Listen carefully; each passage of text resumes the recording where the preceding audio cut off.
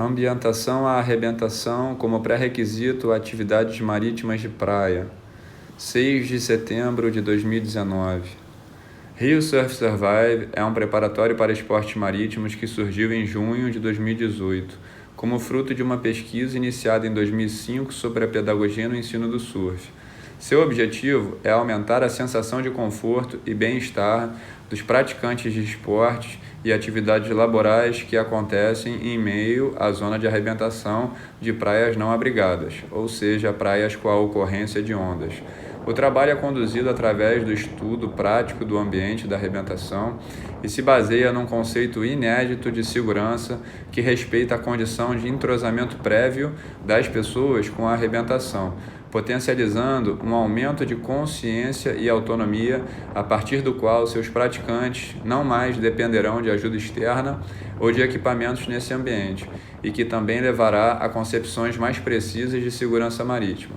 Em 2005, o professor de Educação Física, engenheiro de produção, surfista e morador, desde 1979, da Barra da Tijuca, Bruno Ferreira Alves Castelo da Costa, incomodado com o hábito das escolas de surf de empurrar os alunos na onda, iniciou uma pesquisa junto ao Laboratório de Biomecânica e Comportamento Motor da UERJ, no sentido de buscar uma nova proposta metodológica que dispensasse essa necessidade no ensino do esporte.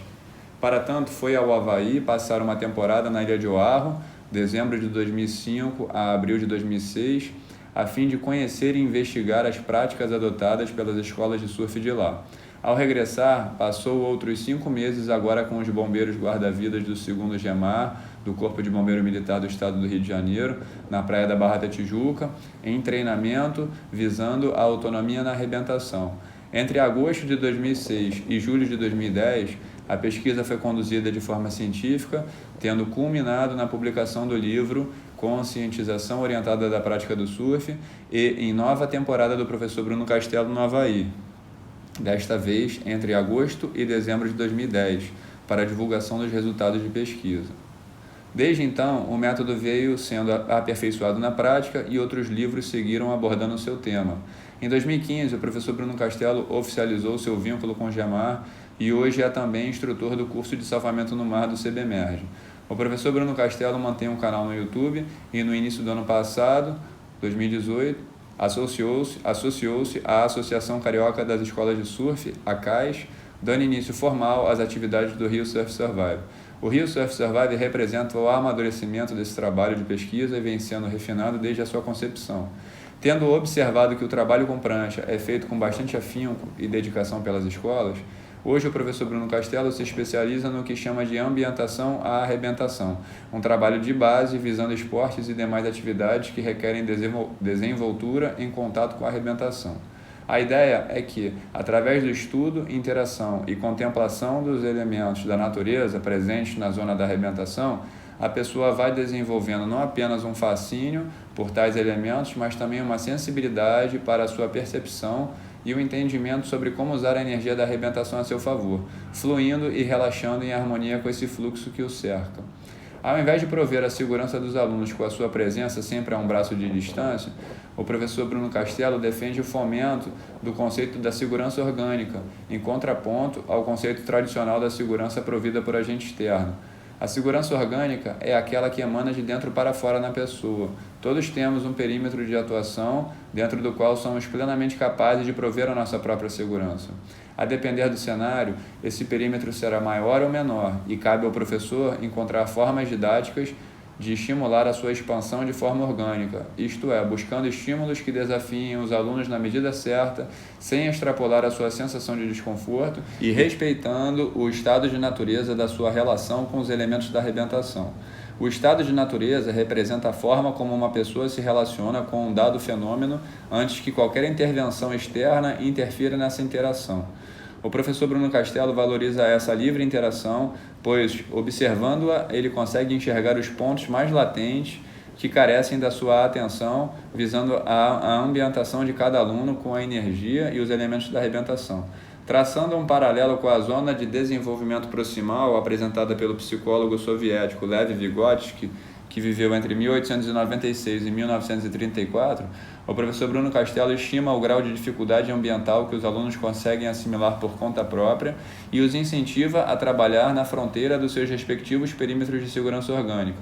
A preferência por exercícios de baixa complexidade motora permite que a atenção dos alunos permaneça focada no movimento que acontece ao seu redor, movimento ambiental. E dessa forma, a sua sensibilidade ambiental vai gradativamente evoluindo na medida em que as aulas prosseguem. O aprimoramento do chamado aspecto individual, desde a melhoria dos componentes da aptidão física, passando pelo estudo das técnicas, aprendizagem motora e aprimoramento das habilidades aquáticas, adquire status coadjuvante e vem a reboque com o progresso do aspecto ambiental. Os alunos vão estudando o ambiente e percebendo o quanto a sua condição individual lhes restringe um aumento ainda maior do seu perímetro de atuação, servindo como base para, até certo ponto, melhoras brandas de desempenho e como motivo para empenho específico em busca de incrementos mais significativos.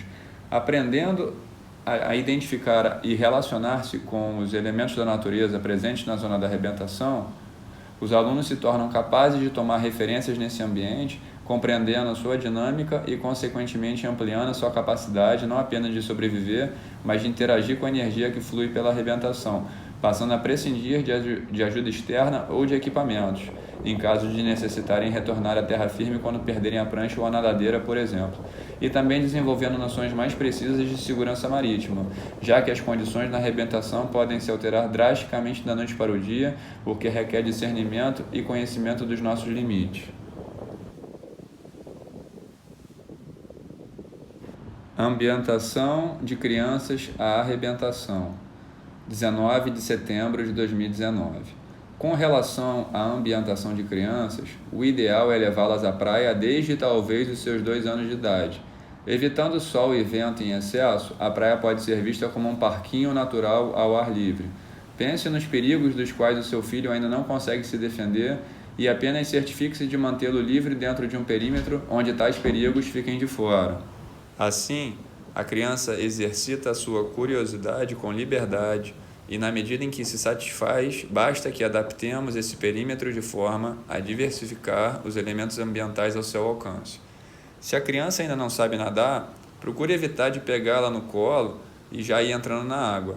Deixe ela interagir antes com tudo à sua volta, que lhe desperte a curiosidade e que dispense a companhia direta do adulto.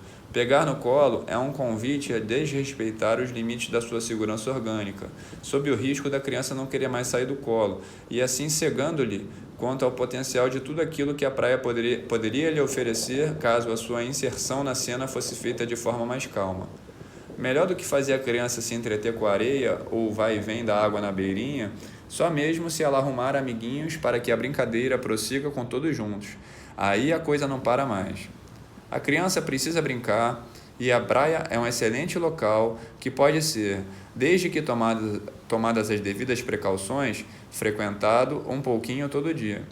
Uma outra providência importante, não só para crianças, mas para todo mundo, é preferir pegar essa praia próximo a um posto de guarda-vidas, se possível abordando o guarda-vidas antes de pisar na areia, a fim de saber as particularidades do ambiente e dispostos a seguir as suas recomendações. Educação Marítima e Surf na Escola é um livro que eu pensei como estratégia de inserção de conteúdos de ambientação à arrebentação na educação física escolar. Praia Colorida, Colorful Beach, por sua vez, é um convite para que, na pré-escola, as crianças despertem sua curiosidade para alguns dos elementos mais famosos da natureza presentes no ambiente da praia. Eu amo levar meus filhos à praia. É um despertar não apenas ao mar e um incentivo à natação, mas também um contato com a natureza que acalma e renova as energias, as deles e as minhas também. Experimentem desde cedo e, se precisarem de alguma orientação, eu também gosto de dar aula para as crianças e os pais ao mesmo tempo. Para os pais eu explico o porquê das coisas. Gargalos de autonomia, 5 de outubro de 2019. Identificar aquilo que restringe o nosso conforto na arrebentação é um passo na expansão da nossa real autonomia. O trabalho de ambientação que fazemos no Rio Surf Survive se baseia no estudo do movimento ambiental, Queremos observar, sentir e entender o que se passa à nossa volta. Quanto mais conhecermos, menos ameaçados nos sentiremos e, aos poucos, passaremos a perceber o ambiente mais lento, quando, na verdade, seremos nós que estaremos nos habituando a ele. Devemos aprender a realizar essa experimentação da forma mais confortável possível. Do contrário, qualquer foco de agitação externa nos impedirá de prestarmos atenção nos estímulos e sensações fruto da interação nossa com os elementos da arrebentação. Para tanto, precisamos elevar a nossa tolerância às manifestações ambientais que nos tiram a concentração. Em outras palavras, aquilo que nos desconcentra. E isso se reflete imediatamente na nossa respiração, quase sempre associado a um sentimento de preocupação, nervosismo, ansiedade. Na aula de hoje, ficou claro que, nas condições em que se encontrava a vala do Bobbs, os momentos que nos tornavam apreensivos foram basicamente três. Primeiro, quando, durante o trajeto rumo ao outside, nos aproximávamos da linha da arrebentação, devido ao risco de tomarmos ondas na cabeça justo onde elas arrebentam com maior energia. Segundo, quando, já lá fora, começávamos a nadar para sairmos da cabeça da vala e ganharmos a bancada vizinha, devido à sensação de não estarmos saindo do lugar ou da vala continuar nos jogando ainda mais para fora. E terceiro, quando, durante essa etapa do retorno do outside rumo à areia seca da praia, voltávamos a nos aproximar da linha da arrebentação, devido novamente ao risco de tomarmos onda na cabeça, onde elas arrebentam com maior energia. Tendo mapeado esses gargalos, onde o nosso psicológico tendia a ratear, ao adquirirmos consciência desses motivos, nós passamos a compreender o que podemos fazer para restaurar uma condição mais tranquila, também nesses instantes mais delicados do exercício.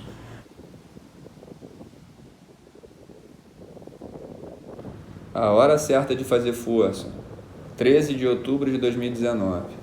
Saber dosar nossa energia é fundamental para lidarmos com a arrebentação de forma inteligente.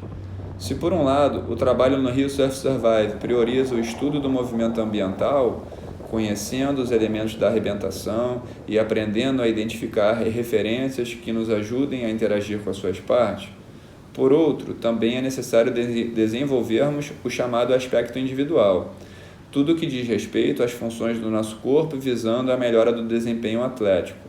Unindo uma coisa a outra, nada melhor do que enxergarmos o ambiente da nossa prática esportiva como uma academia natural ao ar livre, descobrindo formas diversas de utilizarmos a arrebentação para o desenvolvimento do nosso condicionamento físico e técnico, enquanto ao mesmo tempo aprofundando a nossa relação com o aspecto ambiental e, consequentemente, fortalecendo ainda mais também o nosso preparo psicológico para as ondas, as correntezas, o frio e demais intempéries que tendem a desviar a nossa atenção em nossas incursões diárias na praia.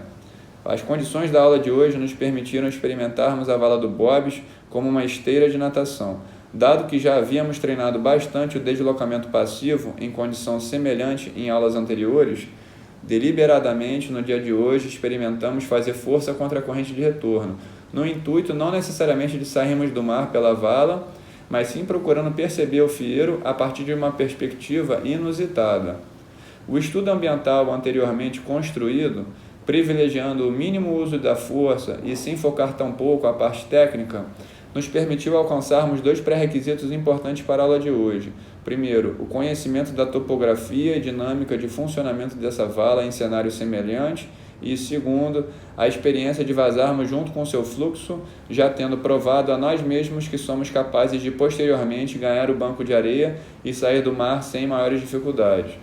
Adentrando o pescoço da vala por meios diversos, primeiramente correndo pelo banco, depois vazando pela boca da vala e finalmente nadando na contramão, hoje, pela primeira vez, realizamos tiros de natação, combinando-os com períodos de recuperação passiva e depois ativa. Isso foi legal para suscitar alguns novos pontos que deverão se tornar objeto de reflexão e treinamento futuro.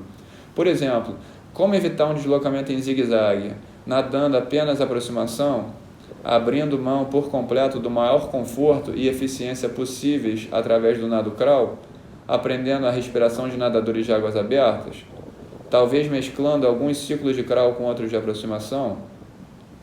Outro ponto levantado. Como eu me sinto quando fico cansado na arrebentação, sabendo que não dá pé, que não tenho uma prancha para me ajudar a boiar, que estou sendo levado pela vala, que talvez uma série arrebente em cima de mim? A aula de hoje talvez tenha servido mais do que tudo para plantar uma semente de que, embora exista, e seja muito agradável, a possibilidade do deslocamento passivo, o que temos chamado de natação em ponto morto, ou, como bem observou a Jaque, uma natação pacífica, existirão momentos em que uma natação ativa é também bem-vinda, sobretudo visando o enfrentamento de condições mais turbulentas e energéticas na arrebentação. No limite da supervisão, 21 de outubro de 2019. Alguns fatores concorreram para que a supervisão adotada na aula de anteontem tivesse sido a mais estrita possível. No texto de hoje, veremos o que motivou essa conduta e deflagraremos uma verdade amarga que só vem à tona na hora em que o bicho pega. Primeiramente, devemos observar que a aula aconteceu em um pico que nos era ainda desconhecido. Por mais que procuremos colher o máximo de informações prévias antes de nos aventurarmos num local que ainda não conhecemos bem, o ideal é ir chegando aos poucos, muito mais no espírito de reconhecimento do terreno do que qualquer outra coisa. Quanto menos familiarizados com o pico, mais devemos respeitá-lo. Uma preocupação nossa, portanto, foi a de adotarmos uma postura conservadora, cautelosa e realista. Sem maiores pretensões, todos estávamos de acordo de que a nossa meta era tão somente a de experimentar a força das correntes e administrar de forma suave a energia que diante de nós fluía. A outra razão que nos fez pressentir a necessidade de maior cuidado na supervisão da aula foi a condição do mar propriamente dita. O que a princípio aparentava um meio metro tranquilo, na medida em que se aproximava o instante de entrarmos na água, a impressão que deu foi de que o mar cresceu. Tanto que minha ideia inicial, a de entrarmos todos juntos, éramos eu, Jaque, Tony e Tiago, se desfez por efeito da minha sensibilidade do momento. O mar estava com séries pesadas, quebrando num fundo meio raso, configurando um cenário que demanda experiência no trato com a energia do quebra-coco, quando a onda arrebenta num fundo de profundidade insuficiente para dissipar a sua energia, e assim um violento impacto acaba batendo no assoalho marinho com consequências imprevisíveis. Não importa o quão fundo a pessoa mergulhe, ela será atingida pelo choque da explosão da onda, precisa saber se defender. Dessa forma, a supervisão mais forte que eu poderia exercer naquele momento seria entrar primeiro o aluno mais ambientado àquela condição, na minha companhia, e ambos calçando nossas nadadeiras. Ler o seu semblante, após explicar a proposta do exercício, e ir acompanhando sem fazer estardalhaço. E lá fomos Tiago e eu. Deu tudo certo. E lá fomos Tony e eu. Novamente, tudo certo. E lá fomos Jaque e eu. Tudo dando super certo. Devido ao horário, não daria para repetir as 3 entradas individuais, porém ainda dava para executar umas 2 entradas pelo menos. Tendo já sentido o terreno e a reação dos alunos, achei apropriado a entrada com Tiago e Tony juntos, e lá fomos nós 3. Eis que nessa 4ª entrada, finalmente não tivemos tanta sorte de sincronizar com a calmaria e surgiu uma onda bastante intimidadora. Até ali, eu ia pontuando com eles em voz clara e comedida o que fazer, e eles já estavam carecas de saber o passo a passo.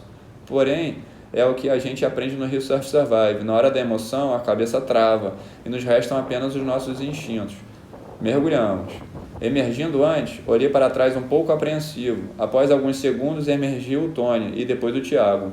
Ambos visivelmente abalados, eu pude apenas coordenar oralmente o ataque à segunda onda da série. E lá fomos nós mergulhar novamente, procurando ir no fundo e segurar na areia.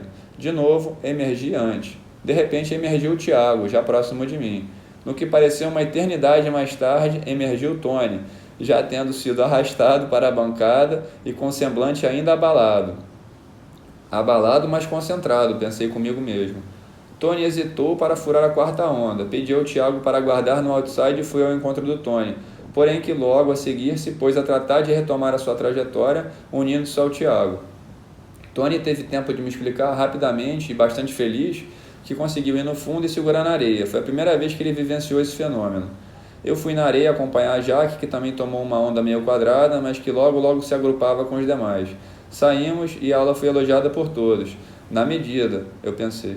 Aconteceu uma coisa muito interessante. Por mais que eu tenha procurado exercer a maior supervisão possível com eles, Chegou um momento em que eu não poderia fazer por eles aquilo que apenas eles poderiam fazer por si próprios, algo que já estavam carecas de saber na teoria, repetindo o que já havia dito, mas que na prática, talvez até mesmo por culpa minha, vinham sendo impedidos de experimentar até então. É uma decisão que envolve muita responsabilidade, precisamos medir a intensidade adequada para cada caso, não há espaço para erros. A verdade é que, para um cenário dócil, quando o movimento ambiental é suave e discreto, eu consigo exercer um grande papel na sobrevivência do aluno, no caso de um imprevisto. Porém, na medida em que se intensifica o movimento ambiental, a minha parcela de contribuição diminui e cresce a parcela de contribuição própria que compete ao aluno somente e que ele vai adquirindo com o passar do tempo, com o fortalecimento do seu aspecto individual e aprimoramento do seu aspecto ambiental. Podemos concluir que quanto mais eu treino, teoricamente mais preparado estou para conseguir me safar por conta própria. Entretanto, ao professor cabe a enorme responsabilidade de discernir o momento certo de oportunizar ao aluno esse enfrentamento, pois que, no nosso ambiente da arrebentação, toda supervisão tem um limite.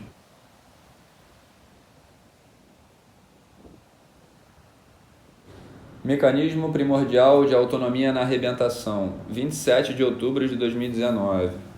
Flutuar, esquivar, prender o ar, defender, localizar e retornar.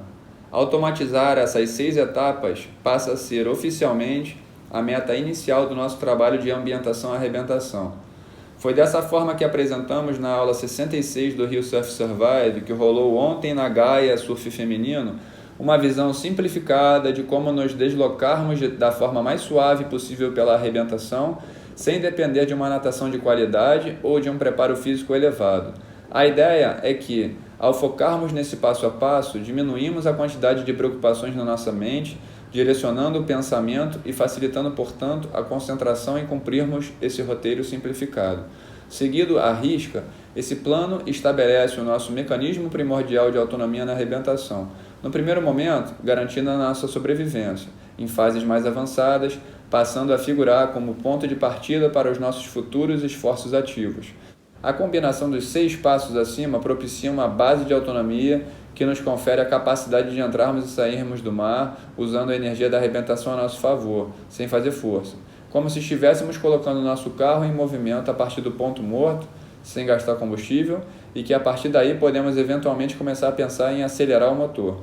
Ao mesmo tempo, dominando o mecanismo primordial de autonomia, passamos a ter uma carta na manga. Caso algum contratempo ocorra durante uma investida nossa mais desgastante, podemos simplesmente, abre aspas, colocar o carro em ponto morto e usarmos a força da arrebentação enquanto nos recuperamos ou para abortar a missão e retornar à praia.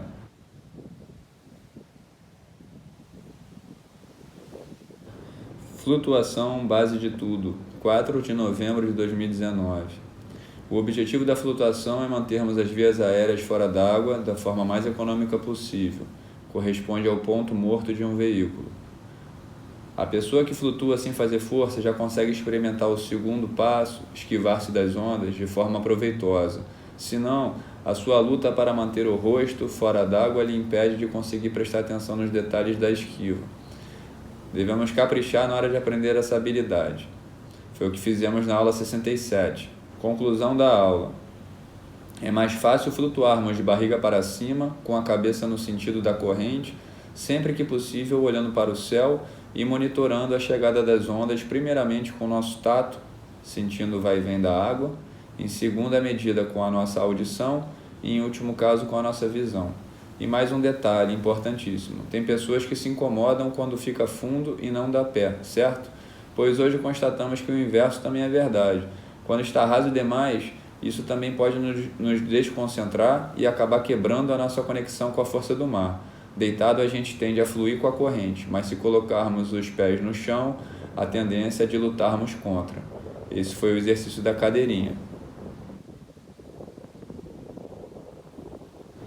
Garrafinha Tranquilo, 11 de novembro de 2019. Na flutuação, já estamos concentrados em fazer o menor esforço possível para mantermos a tranquilidade e o fôlego. Quando vier uma espuma, o ideal é que isso não atrapalhe esse nosso estado de tranquilidade. Se a espuma é pequena e fraca, ela quer apenas molhar o nosso rosto. Basicamente, basta fecharmos os olhos e relaxarmos. Melhor ainda seria abaixarmos um pouquinho a cabeça de forma bem suave. Essa manobra de esquiva da espuma abaixando a cabeça é a garrafinha, igual àquela que fazemos na borda da piscina. Se a espuma é pequena, porém mais forte, ela pode nos sacudir e nos empurrar. Nesse caso, além de fecharmos os olhos, podemos nos segurar para diminuir o sacolejo. Uma forma legal de fazermos isso é executando a posição do super-homem, técnica que começamos a analisar na aula 61. No caso, abaixamos a cabeça colando o queixo no peito e estendemos os membros superiores à frente, mantendo-os semi-rígidos. O queixo no peito ajuda a esconder a testa, melhorando a nossa hidrodinâmica. E os braços à frente provêm uma certa ancoragem contra a tendência de oscilarmos para cima e para baixo com a energia da espuma. Resultado, uma passagem mais breve e suave por baixo da espuma, que minimiza qualquer prejuízo ao nosso estado de calma e tranquilidade e que inclusive transforma a experiência em algo agradável de ser repetido.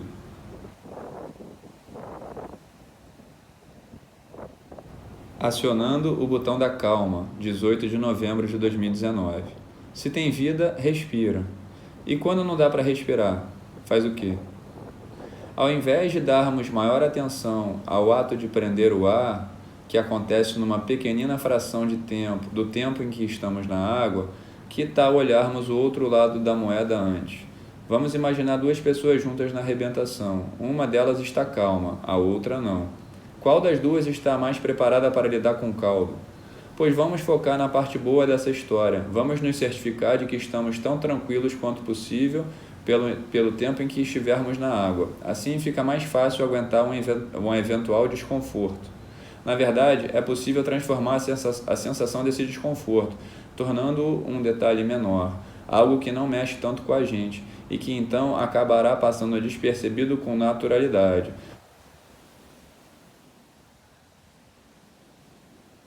Afundar, a melhor defesa, 26 de novembro de 2019. Caiu na vala? Flutue. Veio uma espuma? Se esquive. Ok, estamos usando a força do mar a nosso favor, deixando a correnteza nos levar com o menor esforço possível, e até aqui a nossa preocupação tem sido a de mantermos a respiração.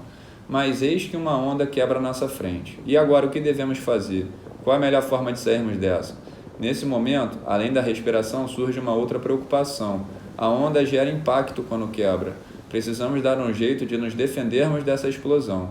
Se a areia da praia for grossa ou a onda pequena, poderá haver um bom espaço abaixo da onda para passarmos sem sentir o seu impacto. Por outro lado, se a areia da praia for fina ou se a onda for grande, esse espaço sem impacto poderá não existir.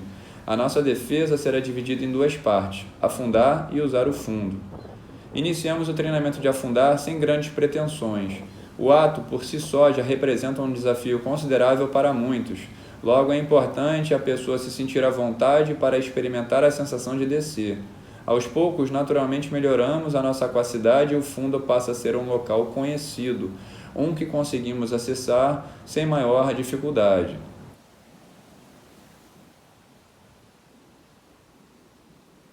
Mar que puxa, mar que traz, 2 de dezembro de 2019. Um perrengue na arrebentação começa quando somos surpreendidos pela força do mar. Na aula de ontem, começamos a ver como identificar, a partir do outside, trechos da arrebentação que favorecem a nossa saída do mar. A localização constitui o quinto passo do mecanismo primordial de autonomia, nosso procedimento de autossalvamento contra perrengues na arrebentação. Trabalhando os passos 1, 2, 3 e 4, aprendemos que as correntezas tendem a nos levar para além da linha da arrebentação. Agora é o momento de aprendermos que, assim como o mar nos puxa para longe, existem trechos em que ele também é capaz de nos trazer de volta. Isso é fundamental de ser vivenciado. É impossível mantermos o controle psicológico enquanto somos levados se não estivermos convictos de que é possível regressarmos em segurança. Seria hipocrisia tentar convencer o aluno a se acalmar se não permitirmos a ele sentir que o mar também o traz de volta para a areia. Embora seja muito fácil dar-se conta que o mar puxa, acaba sendo muito difícil perceber situações em que ele nos ajuda a voltar, porque em geral ficamos nervosos e fazemos força. Visando exercitar o passo da localização, de início aprendemos referências visuais que nos auxiliam a despertar essa sensibilidade.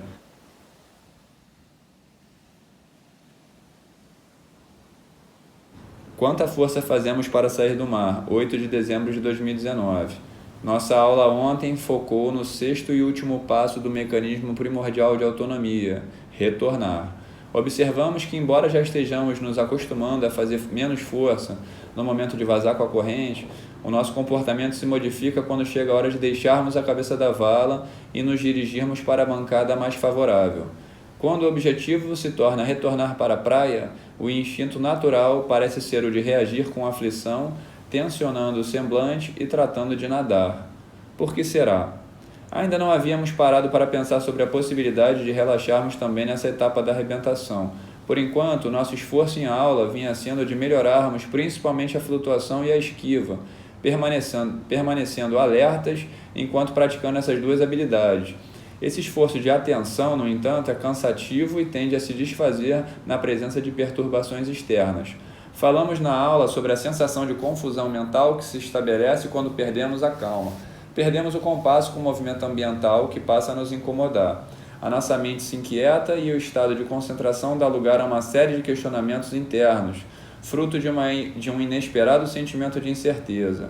Essa alteração de humor pode ser mais ou menos brusca, a depender do nível de familiaridade ambiental da pessoa.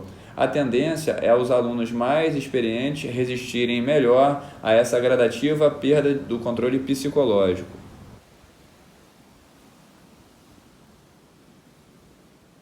Seeing the Big Picture, 17 de dezembro de 2019.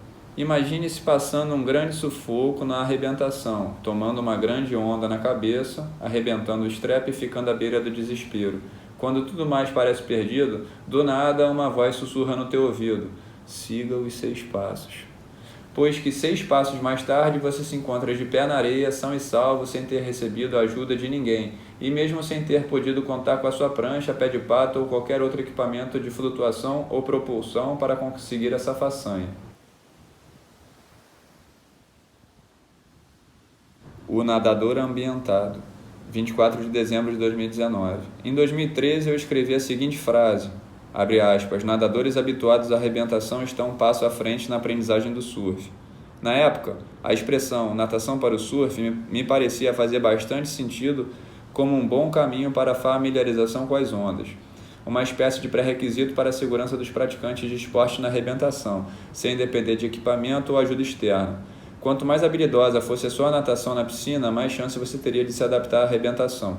Embora previsível, na prática essa visão pouco agregava ao meu objetivo de capacitar pessoas a um desempenho realista e seguro na zona da arrebentação. A maioria dos que me procuravam não eram tão bons nadadores assim, e eventualmente o nosso trabalho se estagnava ainda na fase de piscina. Eu observava um distanciamento entre a prática diária em piscina e a dinâmica que se desenrolava na praia quando conseguíamos esboçar algum movimento nesse outro ambiente. Inóspito, instável, difícil de prestar atenção e de estabelecer uma comunicação eficiente, na praia tudo parecia jogar contra o processo de ensino-aprendizagem. E isso acabava tornando as exigências sobre o aluno indesejavelmente elevadas. 7 anos de trabalho, experimentações e pesquisa mais tarde, hoje eu entendo que a natação para o surf permanece sim indispensável, porém que uma fase anterior a ela não apenas existe, como serve para aproximar de forma agradável o iniciante e a força da arrebentação. A ambientação à arrebentação parte do princípio de que, antes de medirmos força com os elementos à nossa volta, devemos entender o seu movimento, aprendendo a fluir com ele e a usar a sua força a nosso favor. Reencontro com os elementos, 29 de dezembro de 2019. A descrição simplificada de um sistema, com o objetivo de auxiliar cálculos e previsões. Essa foi a sensação que tivemos na aula de ontem, ao notarmos que as condições estavam bastante favoráveis para identificarmos os elementos da arrebentação. Tivemos maior facilidade também para nos concentrarmos nos exercícios, tendo chegado às seguintes conclusões. A esquiva pode ser vista como uma ligeira adaptação da fase submersa do nado peito. Reconhecer o terreno num dia de menor agitação aumenta a nossa confiança para repetirmos a experiência no mar forte. Isso acontece porque o movimento ambiental dispersa a nossa atenção, portanto faz sentido estudar e ir comparando o ambiente em dias progressivamente mais agitados.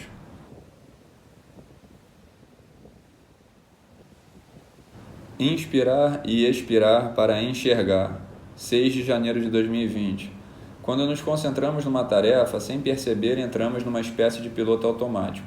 Acabamos absorvidos pelo objetivo que estamos a cumprir e isso nos torna menos alertas com relação ao mundo exterior. Alheios ao que está acontecendo à nossa volta, reduzimos drasticamente a nossa capacidade de compreender, por exemplo, a dinâmica na arrebentação. Acalmar o movimento e silenciar o pensamento são duas reações que o nosso corpo manifesta na hora em que quebramos esse transe.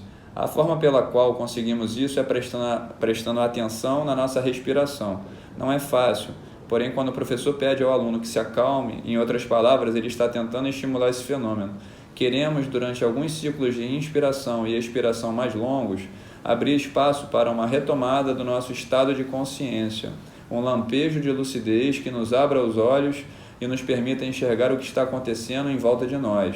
Uma pausa na adrenalina e no turbilhão de emoções que nos toma por completo e nos tira do controle de nós mesmos.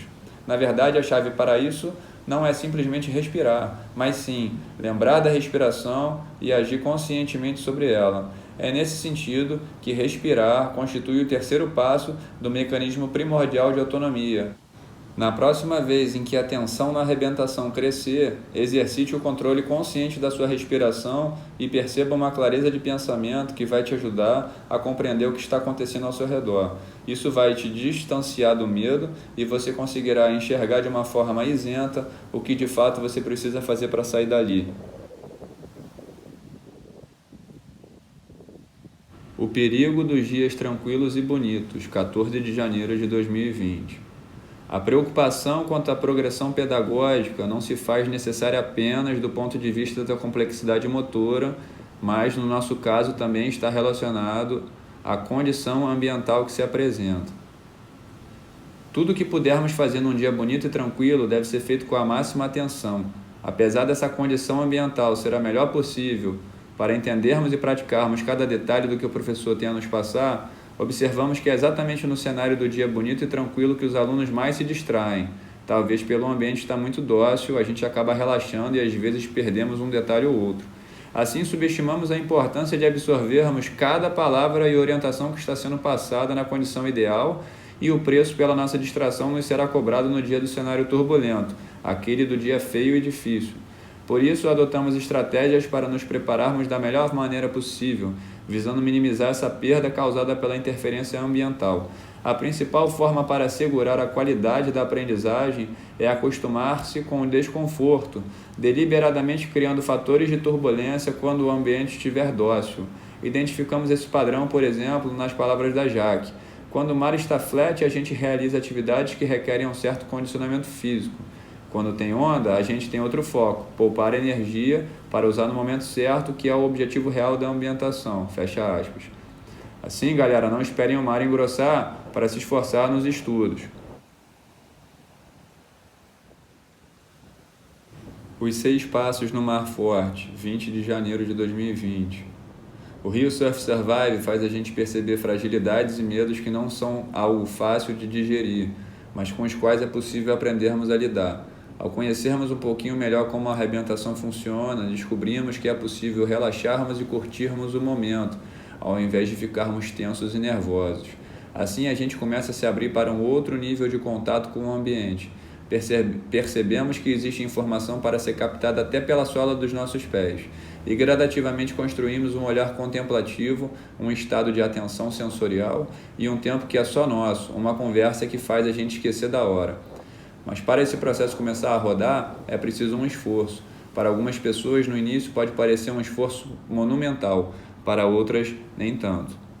Para aliviar essa pressão, o professor integra os novos alunos aos antigos, a troca de experiências que se estabelece e o espírito coletivo com que as atividades são conduzidas fazem os novos alunos perceberem que o trabalho é bem mais tranquilo do que eles imaginavam e eles passam a se sentir bem. A aula termina com um gostinho de quero mais.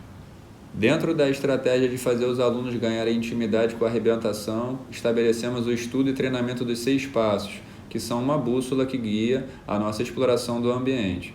Em paralelo, a autoobservação das emoções nos permite ganhar aquacidade e melhorar a nossa capacidade de deslocamento no meio líquido. Com o mar forte, precisamos estar afiados e saber como direcionar a nossa força, com eficiência e resistência suficientes para fazer frente às condições do dia. Mas aí já estamos falando de uma condição muito avançada e que compete a cada aluno desenvolver-se o quanto tiver vontade. Uma coisa é certa, dentro de cada um de nós existe muito espaço para relaxarmos mais e fluirmos com o movimento externo.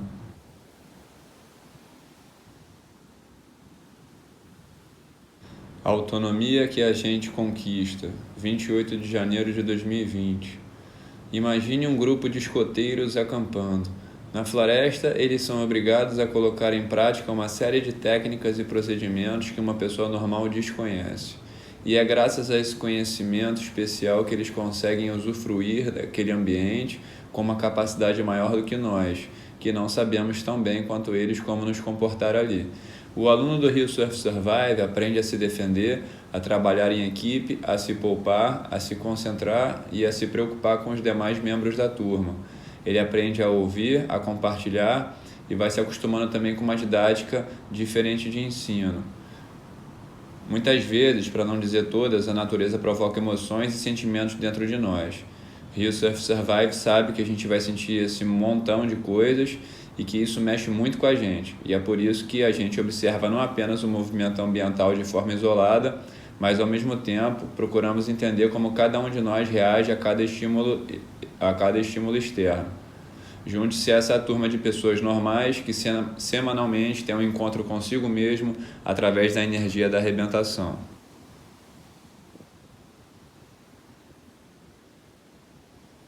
No caminho da real autonomia, 4 de fevereiro de 2020.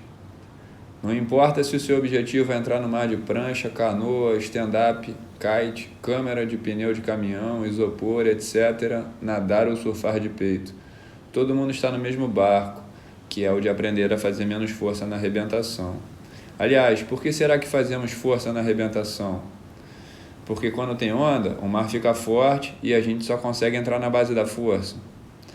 Porque eu estou bem condicionado e gosto de pegar pesado. Porque com a minha prancha, minha nadadeira, a minha vela, etc., eu fico mais forte que o mar e não me canso tanto. Porque eu consigo ficar 3 minutos sem respirar, então eu me sinto seguro e meto o braço mesmo. Porque não me sinto bem, fico nervoso e acabo me cansando muito rapidamente. E você, com qual das opções acima você mais se identifica?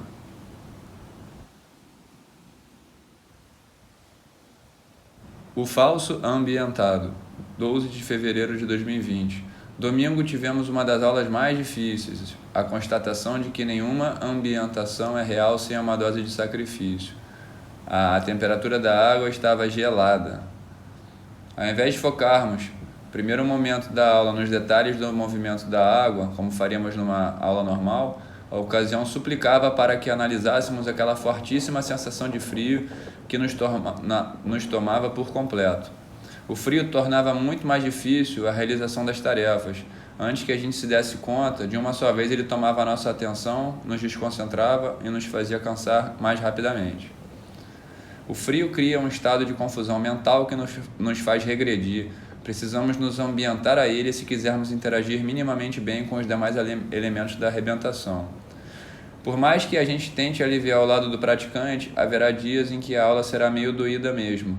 Mas paciência, isso também faz parte. Se a gente tiver disposição, que sirva de consolo saber que essa etapa semeia frutos indispensáveis na experiência de todo aquele que quiser verdadeiramente estreitar o seu vínculo com a força da natureza presente na arrebentação. Emancipando e se virando, 18 de fevereiro de 2020.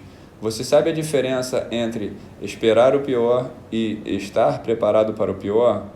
Feedback que a Jaque me passou anteontem. Bruno, eu tenho o hábito de sempre esperar pelo pior dentro do mar. É normal?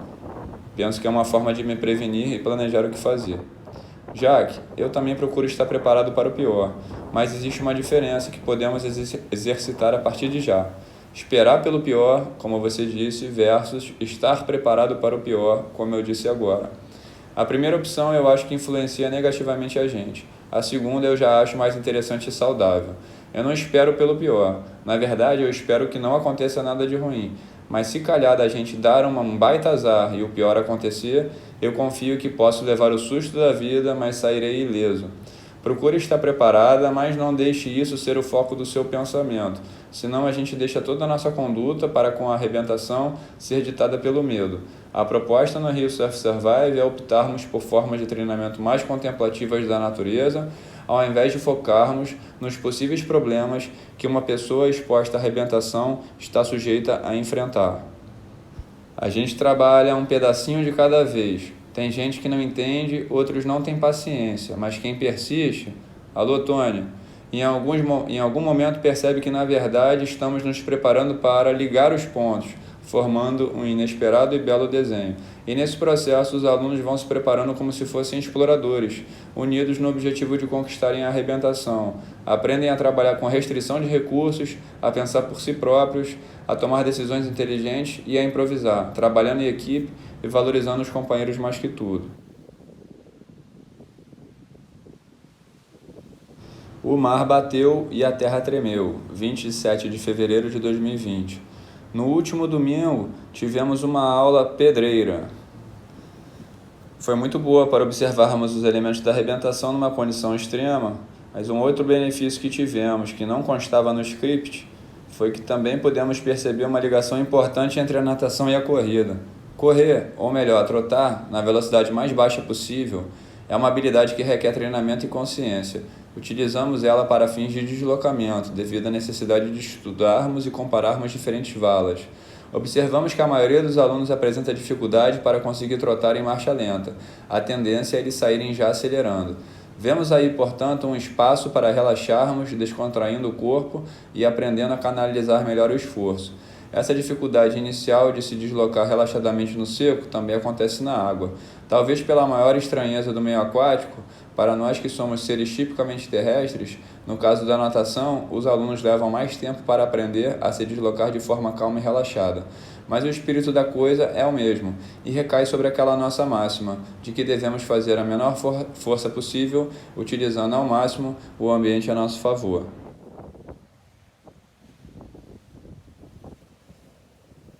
Virtudes em primeiro lugar, 7 de março de 2020.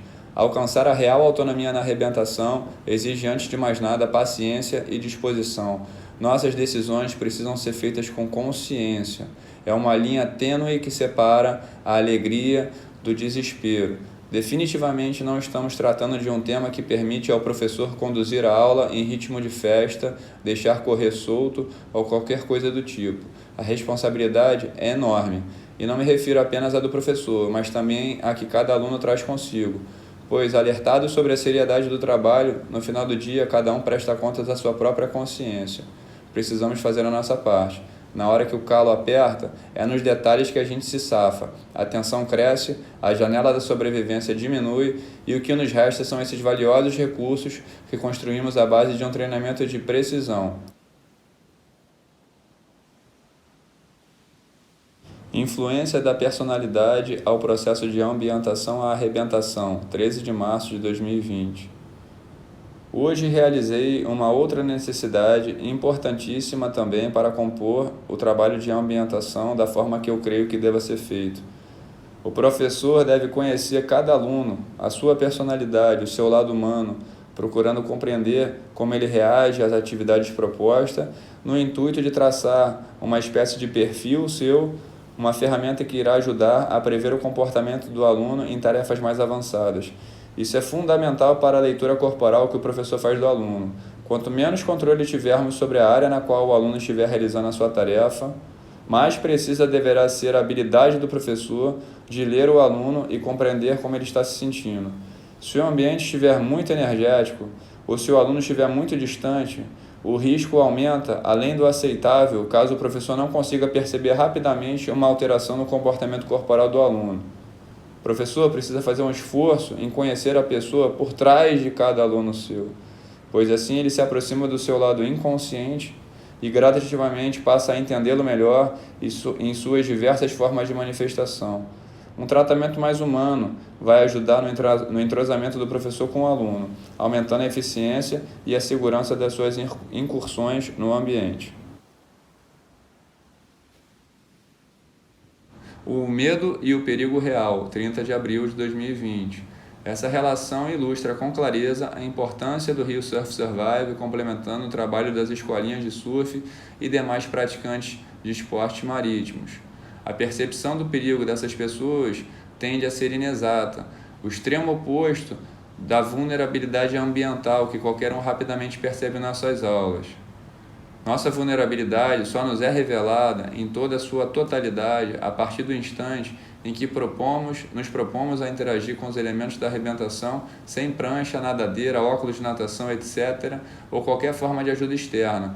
A ajuda esta que principia pela ajuda física propriamente dita, mas cujo benefício se estende até a simples presença do professor ao lado, caracterizando uma possibilidade de ajuda tática e psicológica que no Rio Surf Survive gradativamente afastamos do aluno no intuito da conquista da sua real autonomia no ambiente da arrebentação.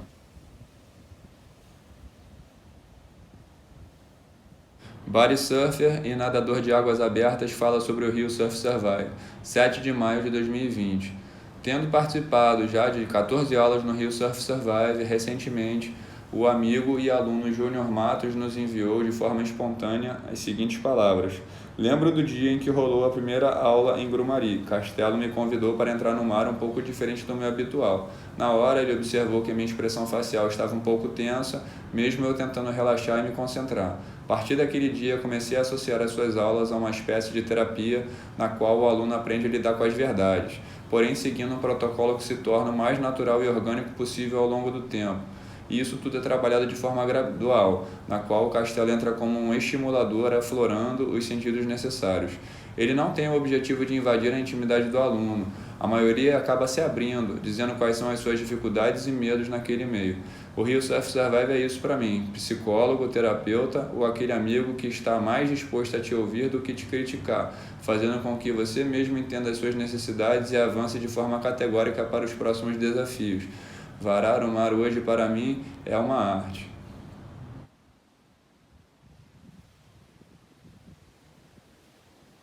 O paraíso logo ali, 9 de maio de 2020.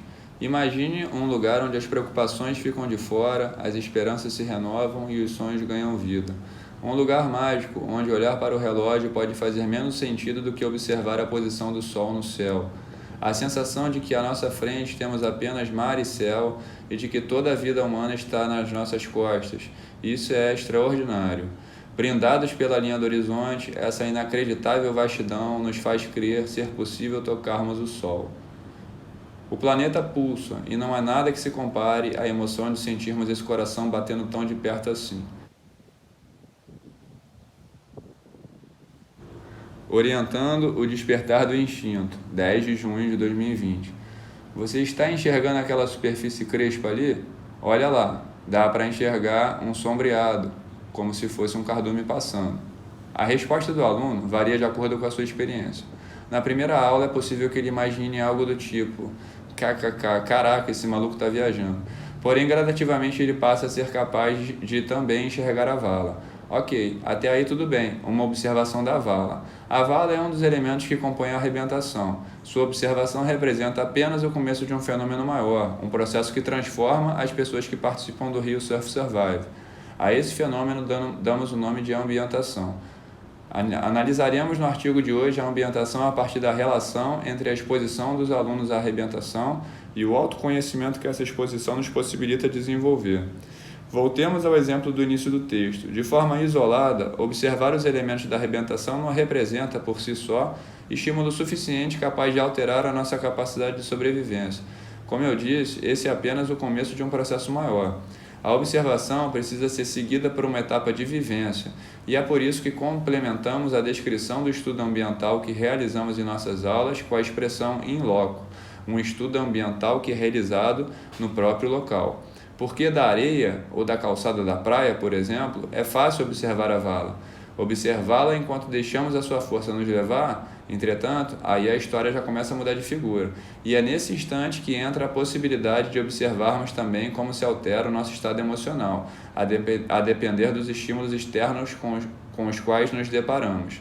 A maioria das orientações que os alunos recebem, especialmente os mais iniciantes, é no sentido de fazê-los perceber o que estão sentindo em determinado momento e o que teria desencadeado tal emoção. Essas reflexões mentais claramente facilitam a nossa interação com o meio líquido, resultando em movimentos mais relaxados, maior facilidade para flutuar, respiração menos ofegante, semblante descontraído e maior capacidade para observarmos o movimento ambiental à nossa volta.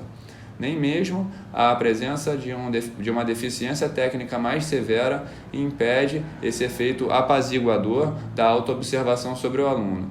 Na verdade, agora ele enxerga com maior nitidez o ponto fraco que precisa desenvolver. Não saber bater as pernas no estilo crawl, por exemplo, caracteriza uma situação que pode passar despercebida ou mal compreendida, em meio a um clima de elevada tensão emocional, mas que se torna clara se conseguimos acalmar o aluno, a ponto de torná-lo capaz, inclusive, de usufruir aquele momento para o estudo de soluções. Aumentamos assim a nossa sensibilidade ambiental, relaxamos e reprogramamos o nosso instinto de sobrevivência.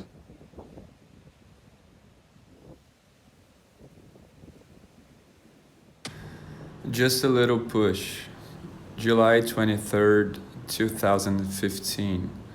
As long as we remember that too much of anything might turn out to be detrimental to whatever goal we aim to achieve, it is okay to help surfing beginners enter a wave or two by giving them that little initial push. Be careful though, it doesn't take much to spoil the apprentices with such practice. In surfing, everything starts from our ability to read the environment, interpret its clues, and be one step ahead of what's going to happen next. And that requires lots and lots of hours of spontaneous contemplation, careful observation, and preferably supervised training. But many people who are driven into surfing hold some serious imminent expectations, right? Especially if we think of children, it is important to keep them motivated by giving them a little taste of what the sport feels like, or at least what they think the sport should feel like. And in this sense, pushing them on a few waves might sound like the perfect call. And why might pushing be bad for the learning? Considering that surfing is a typical eye-hand coordination sport, we respond to what we see. First of all, we need to make sure we know what we are looking for. If we watch experienced surfers in action, we will eventually notice that they tend to present an incredibly similar pattern of behavior. And that is because they all understand very precisely what's going on in the peak and what they need to do to catch the next wave in its optimal timing and positioning. Pushing lessons can easily deviate students' attention from that more organic perspective, making it harder to bring it back to its true expected direction later on. So before giving the pushes, talk to the parents and explain them what your strategy is. Our chances of succeeding will dramatically depend on whether they agree or not with our approach. Next, it would be necessary to observe how the kids behave on the beach unattended. If they can't wait to get their feet wet, our work will be much easier. Give them simple instructions as if they were your own kids, and for a start, you wanted them to just play in the shallow water under your close supervision.